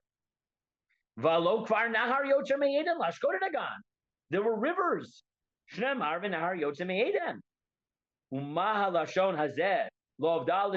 what was work?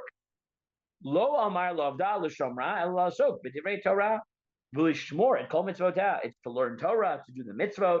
Shnei amar lishmoret derech eitz hachayim. Ve'ein eitz hachayim ela Torah. Shnei amar eitz chayim hi l'machazikim ba. Right, it is a tree of life.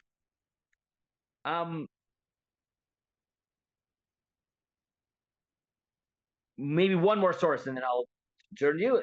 Another source that implies this, though not in the Gan Eden context, is a Gemara in Sanhedrin, in number 23 on page 10. Amar Rabbi Elazar, Kol Adam le'amal nivra. Every person is created to toil, Shneimar, as the pasuk says in Eov, Ki Adam la'amal yulad. Eini yodea, and I don't know, im la'amal peh nivra, was he created to toil with the mouth, meaning Torah? Im la'amal melacha nivra, or for work. Kishu omer, gavalav piu, haveomer la'amal peh. But when it says, for his mouth presses upon him, we learn that it's toil of the mouth. And then I don't know, is it Torah or is it talking? Right? Just be social. Kishu omer lo yamush sefer haTorah zemi picha. When it says the Torah shall never leave your mouth, have omer la'amal Torah nifra. That it's for the toil of Torah. V'hainu damarava kulhu gufe derutpeki ninhu tove ledezachet eved derugad deoraita. All bodies are receptacles to store items until use, and happy is one who is privileged, who is a receptacle for Torah. So these three sources suggest an interesting model, which is that man is created for work, but Torah can, not always is, but can accomplish the goals of work, right? So here I think we have a possible way of moving forward, which is the following, which is we've identified certain qualities in work that are necessary. They keep us busy. They give meaning to our lives. They make us imitate God by being productive. They allow us to be social. They allow us to be social in ways in which we are productive in an environment of those who share our values. Right? Now, you can imagine that Talmud Torah and mitzvot can be performed in a way that doesn't contribute to those values and one that does. Right? You can imagine someone who says, right, I want to make the world a better place for me and for those around me. And I think that Torah is a way of building community and of helping other people. And I want to build a Torah world with other people. And then you can imagine people conceptualizing Torah and mitzvot as contributing to all those factors. Or someone could say, listen, I like learning Torah locked in my room, and I don't care, I don't want to talk to anybody else. I don't care about the world. I just like Torah. You can imagine the Torah itself, right, and mitzvot and religiosity can be pursued in very different ways. Some of which is conceptualized in a way that contributes the same benefits of work, and some that does not. And interestingly, Yuval Harari, who I've quoted him. This is my second time quoting him in this year. I'm not usually a big fan of his. He's not. He's often very, not a fan of religion in general. More in Homo Deus, he encourages reconceptualizing religion as basically worshiping man and technology, which is not something that I identify with at all.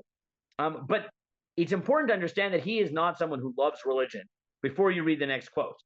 Because as we started with, Harari is convinced that there's at least a good chance that artificial intelligence is finally the technology that is bringing us to a world without work. And he's really bothered. What will a world look like without work? And amazingly, despite all of his, the very harsh things he says about religion in all of his books, he comes up with this shocking conclusion, which is the solution to a world without work is the Haredi community, which was literally the last thing I ever thought I would hear from Yuval Harari. But this is again from 21 Lessons for the 21st Century. 26. He says, to really achieve its goals, universal basic support will have to be supplemented by some meaningful pursuits ranging from sports to religion. Perhaps the most successful experiment so far in how to live a contented life in a post-work world has been conducted in Israel. There, about 50% of ultra-Orthodox Jewish men never work. They dedicate their lives to studying holy scriptures and performing religious rituals. They and their families don't starve, partly because the wives often work and partly because the government provides them with generous subsidies and free services, making sure that they don't lack the basic necessities of life. That's universal basic support avant la letter, right? So, right, he's like, this is a test case. Again, this is obviously very controversial because, it's not clear that Israel can continue doing this. But like it or not, right, Harari notes that this has basically been an experiment, right? We have communities that exist where work is just not a given. And he says, although they are poor and unemployed, in survey after survey, these ultra-Orthodox Jewish men report higher levels of life satisfaction than any other section of Israeli society. This is due to the strength of their community bonds, as well as to the deep meaning they find in studying scriptures and performing rituals. A small room full of Jewish men discussing the Talmud might well generate more joy, engagement, and insight than a huge textile sweatshop full of hardworking factory hands. In global surveys of life satisfaction, Israel is usually somewhere near the top, thanks in part to the contribution of these jobless poor people. Secular Israelis often complain bitterly that the ultra-Orthodox don't contribute enough to society and live off other people's hard work. Secular Israelis also tend to argue that the ultra-Orthodox way of life is unsustainable, especially as ultra-Orthodox families have 7 children on average. Sooner or later, the state will not be able to support so many unemployed people, and the ultra-Orthodox will have to go to work. Yet it might just be the reverse. As robots and AI push humans out of the job market, the ultra-Orthodox Jews may come to be seen as the model of the future rather than as a fossil from the past. Not that everyone will become Orthodox Jews and go to the yeshivas to study the Talmud, but in the lives of all people, the quest for meaning and for community might eclipse the quest for a job. Which again, coming from Harari, this is a very striking statement. And what it made me think is the following, is that, again, what we have is basically 3 models, right? We have the sources in Chazal who suggest that the ideal world is just Torah. We have sources going back to Breshit that's saying, no, work is intrinsic. It's even godly to work. And then you have the certain midrashic sources which say, listen, work as a broad category is necessary for the world. But what work is flexible, right? What work means at one period in history may not always be the same. And therefore, in the time of the Torah, winnowing was a fundamental part of work. And now most of us feel like we work hard, even though I don't know if we've ever winnowed. And most of us don't know what a warp or a woof is and wouldn't know how to put things on the loom that consists of, 5 or 6 malachot. And yet we still feel like we work hard, right? So work shifts. And at least as a possibility, what these midrashic sources that say that Lo'ovda in Gan Eden might have meant Talmud Torah, or at least saying, listen, it's clear that human beings need to be productive. They need to recognize all the things that work provides: community, meaning, right? The intrinsic religious value of being productive and engaged and bettering the world. But while for much of history, those values were expressed through what we classically think of as work, if you conceptualize spirituality in the proper way, right? You engage in Torah and mitzvot with an eye towards, I'm being productive, I'm building community, right? I'm making the world a better place in a different way than, maybe it was necessary 100 years ago or 1,000 years ago. Then at least a certain type of religious commitment can provide much of the benefits, or maybe all of them, I don't know, that work once did. Now, again, this doesn't fully solve the problem, because Chazal were probably also aware that Torah could do that, and God was probably aware of that. And for every midrashic source that we have that says that the avoda in the Gan Eden was Torah, we have other ones that say that no, avoda was work. Now, not necessarily a job, but like a vegetable garden in your backyard, because a little bit of manual labor is important also. So the truth is probably somewhere in between, right? The truth is probably somewhere in between. But without coming to a firm conclusion, what I think is fascinating is that when you go through these sources, you realize that the question that these sources are grappling with our question in a very serious way, right? Which is, do we think that a world without work is ideal? And you basically have 3 answers.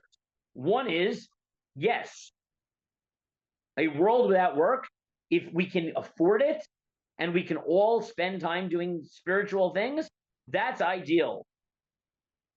At the other extreme, you have the sources who say, no, work at some level is necessary. You can't just do Torah and mitzvot. Work, manual labor, right? Even if not a full-time job, but a little bit of work is important. It grounds you in this world. It's godly. And then you have sources that suggest that, well, let's pick apart what it is about work that makes it so critical in our life. Is it the social components? Is it the feeling or reality of being productive? Is it the feeling and the reality of contributing to the world?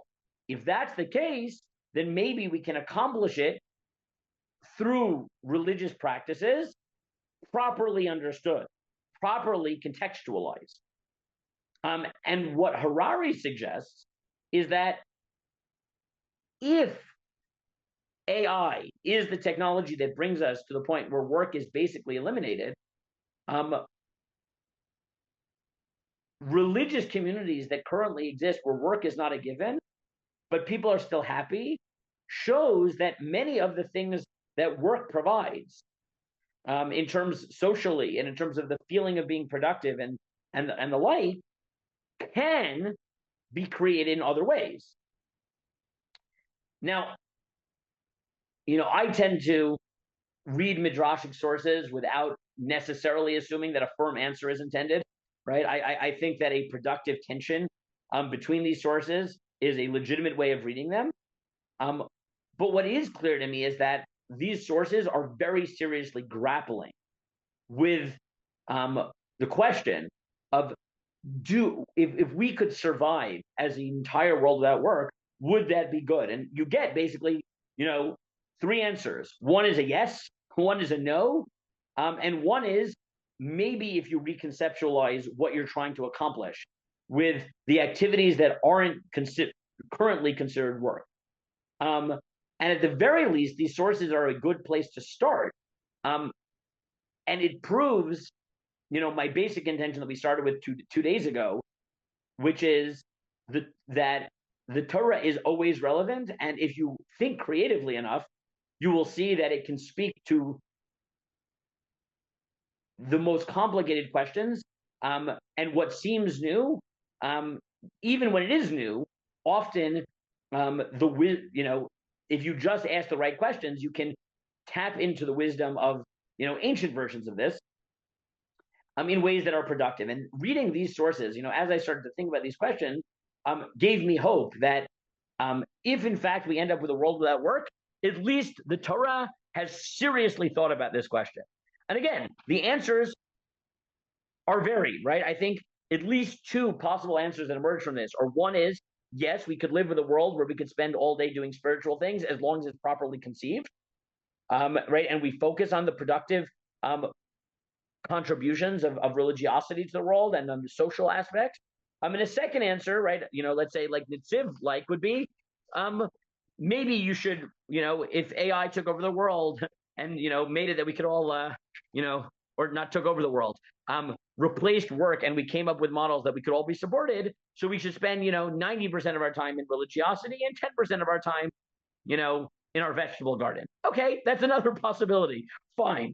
But at the very least, these sources are very seriously grappling with the question of, can we live with this reality? And if we reach this reality, what will we do? Right? We're not going to come into this reality, if it does ever happen, and say, the Torah never thought about it, because it very much did.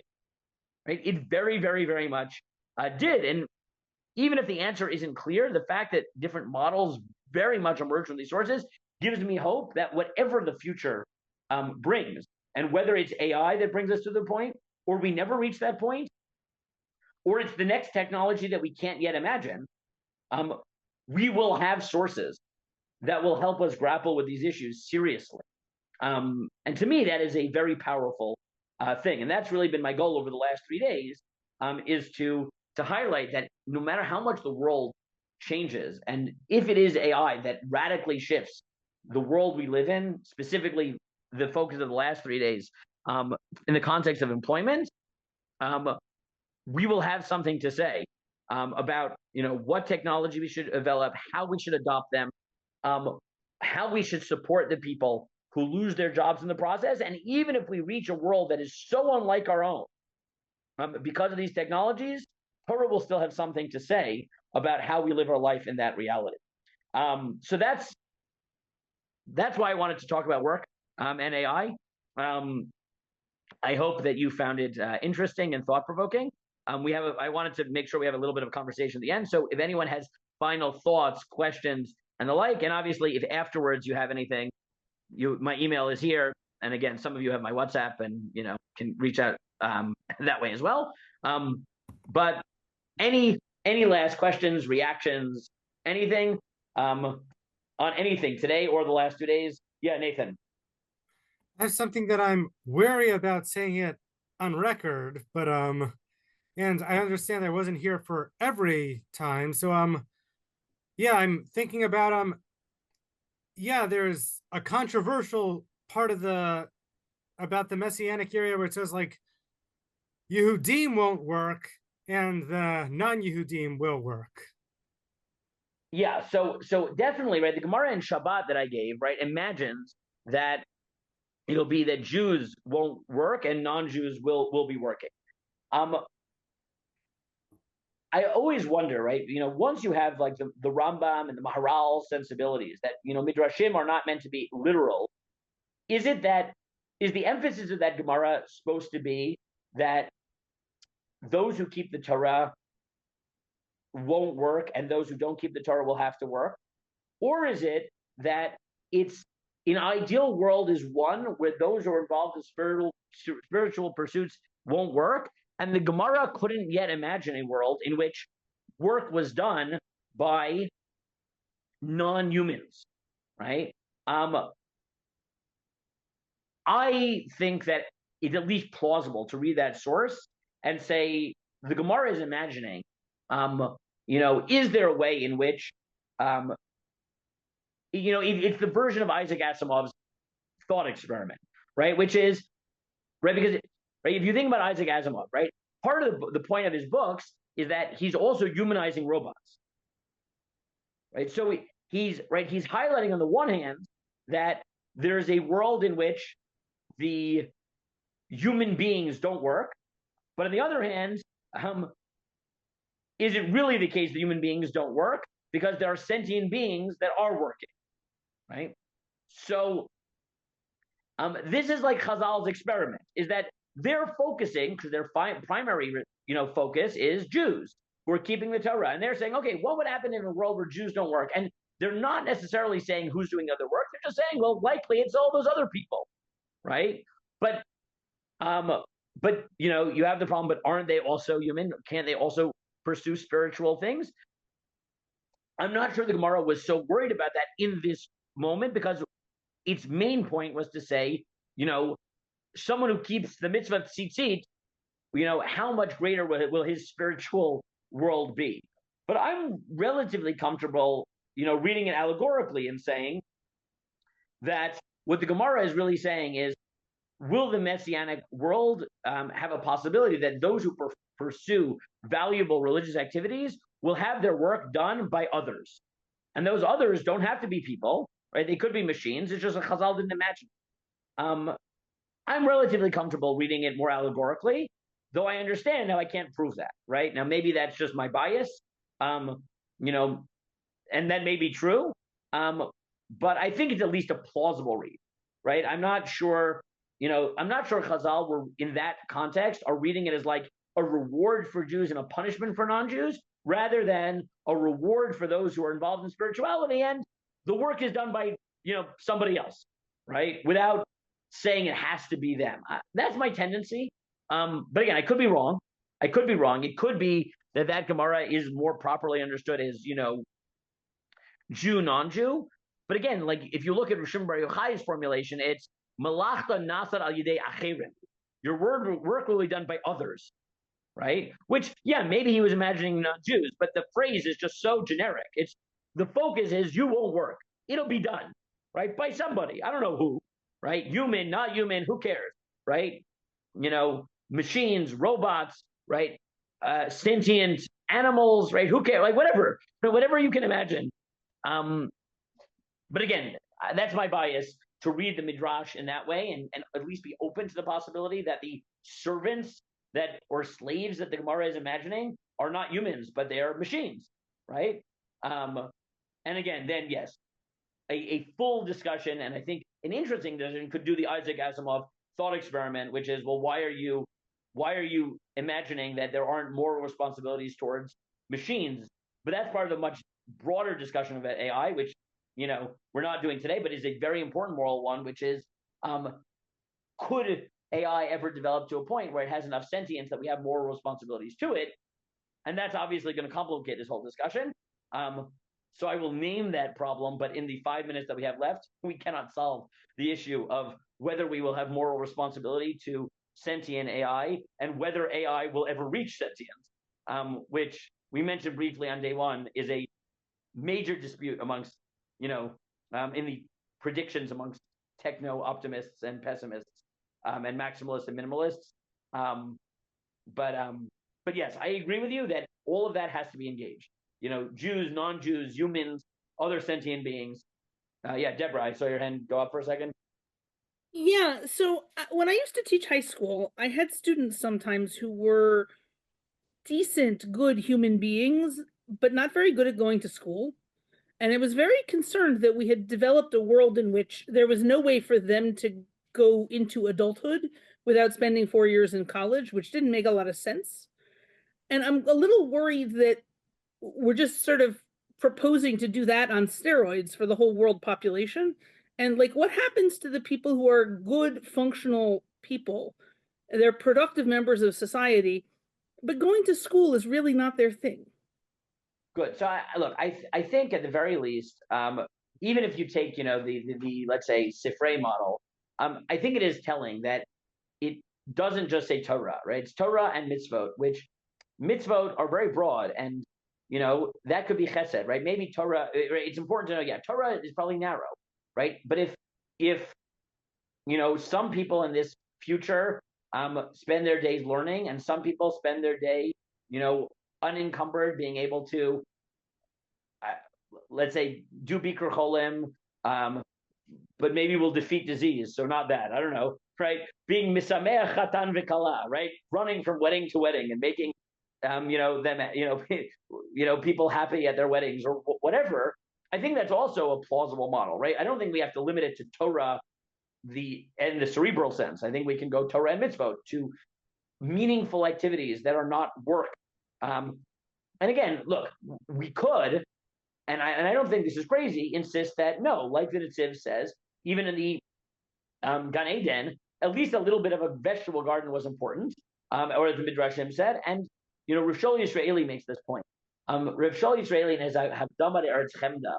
And many years ago, when I was asked to work on the essay section in the back of the Koren Yom Ha'atzmaut Machzor. This was the piece that I thought we should translate. Right, he says, right, there's a concept that sometimes religious Zionist thinkers like talking about, which is Torah Eretz Yisrael. And he said, what is Torah Eretz Yisrael?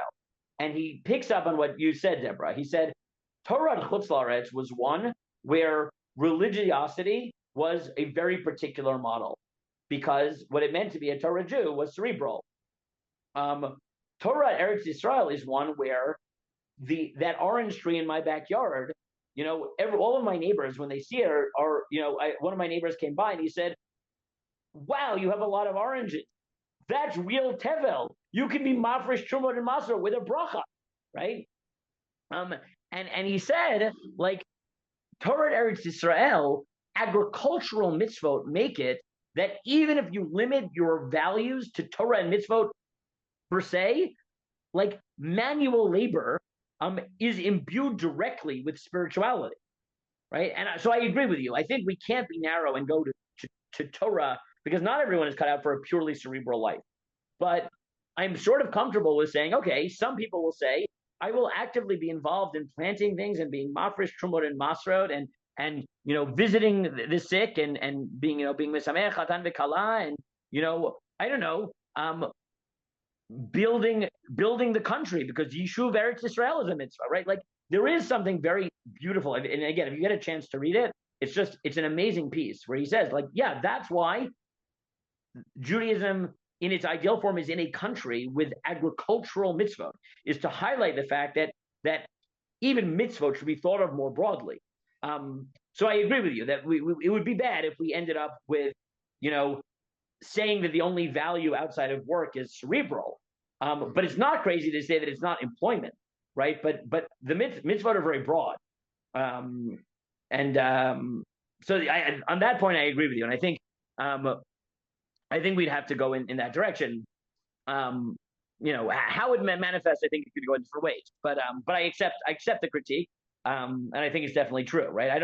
I wouldn't want a world where the only people who are valuable were the ones who, think it's a dream and not a nightmare to be locked in school for the rest of your life. Like me personally, I'm fine with it. Like I'm totally fine with it, but I understand that not everyone is. That might explain my chosen profession, but it might possibly. Okay, we have like 30 seconds left. So if anyone has questions, or Kayla, you want to do a wrap-up announcements of the next classes and stuff like that? Yeah, but yep, I'm sad to kick you out, sad for this class to be ending and have to close out the Zoom, but thank you everyone for joining and thank you for your questions. Rabbi Ziring, if people have more questions, how can they get in touch with you? They can email me at the email that's at the top of the source sheets, or if they have my other emails or WhatsApp, they can do that. But at least one of my emails is on the top of all the source sheets, which is the jziring@migdalattorah.org, which is my work email. Excellent. Well, thank you everyone for coming for the third session. Take care. Thank you everyone for joining us these days. It's been a lot of fun for me to think through these issues, and okay. And Chanukah Sameach to everyone. Thank you.